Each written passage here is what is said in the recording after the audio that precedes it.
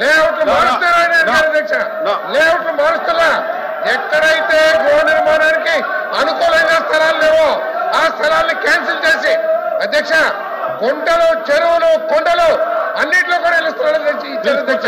అటువంటి ఇళ్ల స్థలాలు క్యాన్సిల్ చేసి అటు ఎక్కడైతే గృహ లబ్ధిదారులు ఇళ్లు కట్టుకోలేరో, ఎక్కడైతే స్థలాలు అనుకూలంగా లేవో వాటిని క్యాన్సిల్ చేసి అక్కడ మళ్ళీ అదే లబ్ధిదారులకి 2 సెంట్లు 3 సెంట్లు ఇచ్చే కార్యక్రమాన్ని తీసుకోబోతున్నామని చెప్పేసి కూడా నేను సందర్భంగా తెలియజేస్తాను అధ్యక్ష. పూర్తిగా డివేట్ కాదు అధ్యక్ష. వాళ్ళు అడిగింది గృహ నిర్మాణం గురించి. గృహ నిర్మాణం ఎందుకు నిర్వీర్యమైందో చెప్తారు. 20 లక్షల ఇల్లు శాంక్షన్ చేస్తే ఎందుకు కట్టలేకపోయారని చెప్పేసి అధ్యక్ష. ఈరోజు తప్పకుండా తెలుగుదేశం ప్రభుత్వం చంద్రబాబు నాయుడు గారి నాయకత్వంలో ప్రతి పేదవాడికి, అర్హత ఉన్న ప్రతి పేదవాడికి ఇల్లు ఇవ్వాలనే లక్ష్యంతో 2 సెంట్లు 3 సెంట్లు స్థలాలు ఇవ్వడమే కాకుండా ఇల్లు పూర్తి చేస్తామని చెప్పేసి కూడా మనం చేస్తాం అధ్యక్ష. అదేవిధంగా 2 సెంట్లు గురించి 3 సెంట్ల గురించి సర్వే కూడా ప్రారంభమైంది అధ్యక్ష. దయచేసి రద్దు చేసుకోమని చెప్పేసి మనం చేస్తున్నాం.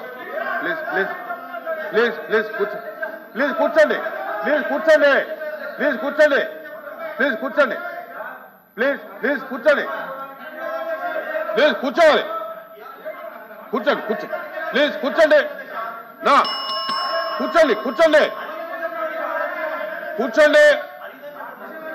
దయచేసి మెంబర్స్ కూర్చోవాలి కూర్చోండి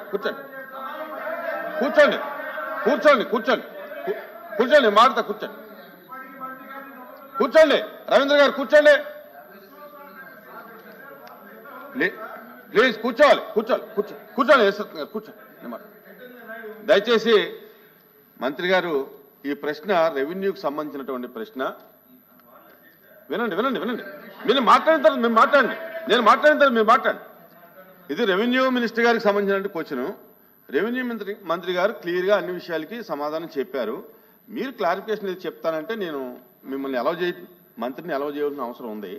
అయితే మీరు సబ్జెక్ట్ మొత్తం డివేట్ అయ్యి మళ్ళీ మీరు దానికి గృహ నిర్మాణము దాని శాంక్షన్ చెప్తే ఒకటే ప్లీజ్ కూర్చోండి నేను చెప్పిన తర్వాత మీరు లేకండి. ఇప్పుడు మంత్రివర్గం అనేది కలెక్టివ్ రెస్పాన్సిబిలిటీ అనేది ఇంత మంత్రి గారు చెప్పారు, అది వాస్తవం. అయితే అది ఎప్పుడు కన్సల్ట్ మంత్రి గారు లేనప్పుడు, సభలో లేనప్పుడు వేరే ఏ మంత్రి అయినా చెప్పడానికి అవకాశం ఉంది. కానీ ఒక మంత్రి గారు ఆ ప్రశ్నకు సంబంధించినటువంటి మంత్రి గారు కన్సర్న్ మంత్రి గారు సభలో ఉండగా 2-3 మంత్రులు ఇన్వాల్వ్ అయ్యి అదే ప్రశ్నకు సమాధానం చెప్తానంటే అది కరెక్ట్ కాదు. దయచేసి సభని సక్రమంగా నడపాల్సిన బాధ్యత ప్రభుత్వం మీద ఉంటుంది, మంత్రుల మీద ఉంటుంది. మీరే డివేట్ అయ్యి దాన్ని రప్చర్ చేస్తే మంచిది కాదు. దయచేసి అలా కాకుండా క్రమ పద్ధతులు నడపడానికి సహకరించమని చెప్పి అందరినీ కోరుతున్నాం. అచ్చెన్నాయుడు ఇప్పుడు వాళ్ళు పూర్తి చేసిన ఇళ్ల సంఖ్య అవన్నీ చెప్పారు కాబట్టి అవి పూర్తి చేయలేదు అని చెప్పి చెప్పడానికి నేను ఇంటర్ఫియర్ అయ్యేవాల్సి వచ్చింది. అచ్చెన్నాయుడు అధ్యక్ష, వాళ్ళు అడిగిన తర్వాత చెప్పవలసిన బాధ్యత మా మీద ఉంది అధ్యక్ష. 1-2 సభ్యులు ఏమన్నారు, ఈ ఉన్నటువంటి లేఅవుట్లు ఏమైనా రద్దు చేస్తున్నారా, పేర్లు మారుస్తున్నారా, ఒకవేళ రద్దు చేయకపోతే హౌసింగ్ కడతారా లేదని చెప్పి వాళ్ళు చెప్పారు అధ్యక్ష. మరి కడతామో లేదు చెప్పాలి కదా అధ్యక్ష. వీలు కాకపోయినా సరే అధ్యక్ష మంత్రి గారు మీరు వినండి, చెప్పాలా లేదు అధ్యక్ష.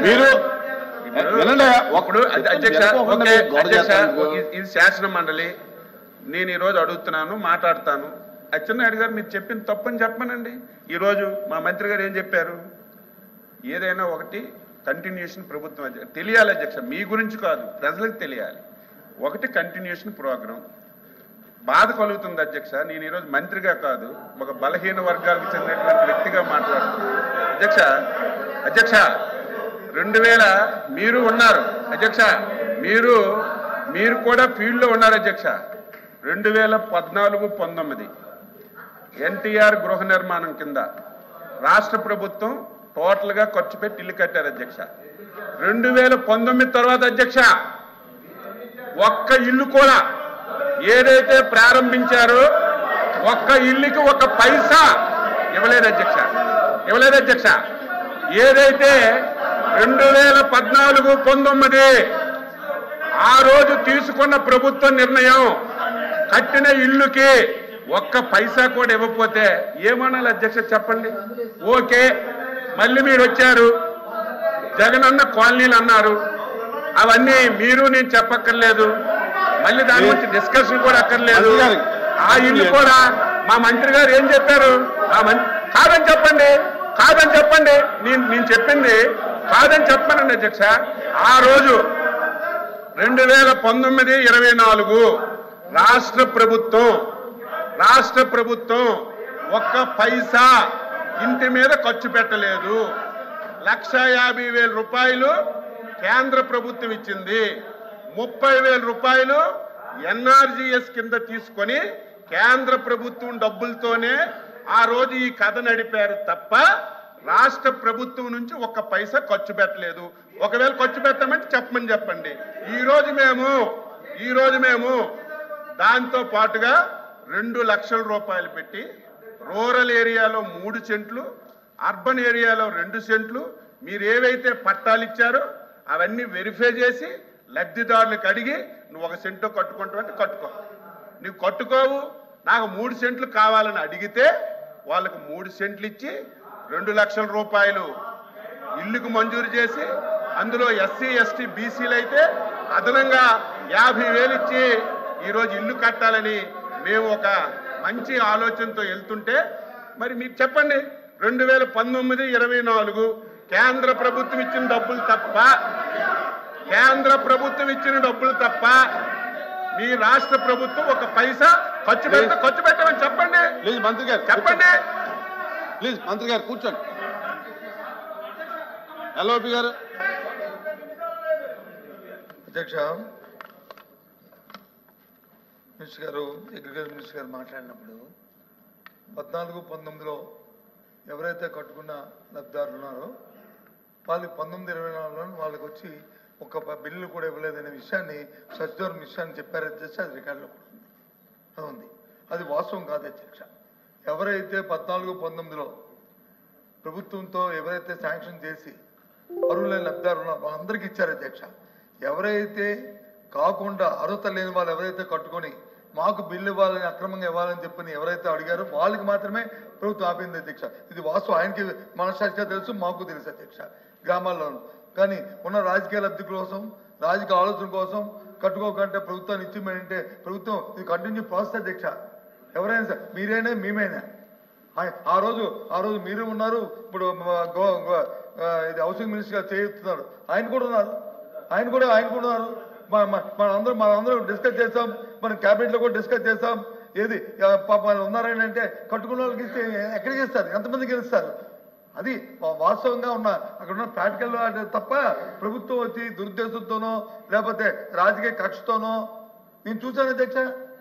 తమరు వచ్చి సమయం ఒక 5 నిమిషాలు, ఒక 2 నిమిషాలు నాకు టైం కావాలి అధ్యక్ష. ఎప్పుడు కూడా గత ప్రభుత్వంలో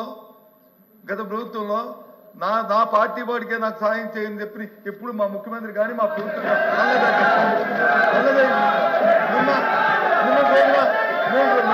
సాక్షాత్తు రాజ్యాంగ పదవి ముఖ్యమంత్రి గారు మాటలు తీసుకుంటే సిగ్గుపడాలి అధ్యక్ష, సిగ్గుపడాలి.